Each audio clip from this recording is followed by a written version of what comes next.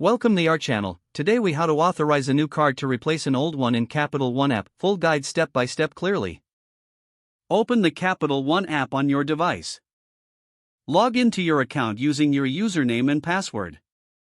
Once you're logged in, locate the menu icon in the top left corner of the screen. Tap on the menu icon to open the navigation menu. Scroll down and select Accounts. Choose the account for which you want to authorize a new card. Look for the option that says Manage Cards or Card Services. Tap on this option to proceed. You should see a list of your current cards.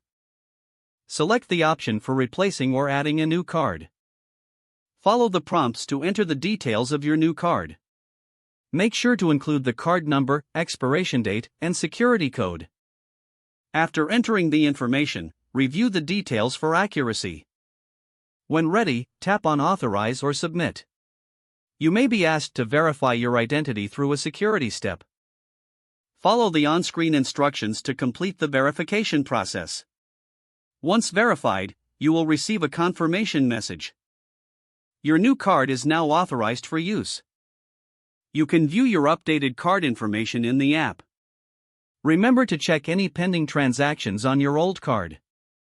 That concludes the process of authorizing a new card in the Capital One app. If the page does not load, refresh the browser or try again in a private or incognito window. Make sure you are using the correct email address, then retype it carefully to avoid small typos. If your password is not accepted, use the reset option and create a new strong password you can remember. Check your spam folder for verification or security emails, then complete any requested confirmation steps. Enable two-factor authentication if available to improve account security and reduce unauthorized access risk. After signing in, review your profile details so your contact information and settings are accurate and current. If you see an error message, note it down and try again after restarting your device and internet connection. Log out when you finish, especially on shared devices, to keep your account and payment information secure.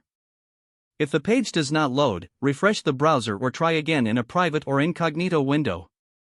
Make sure you are using the correct email address, then retype it carefully to avoid small typos. Don't forget to like this video and subscribe to our channel for more step-by-step tech guides.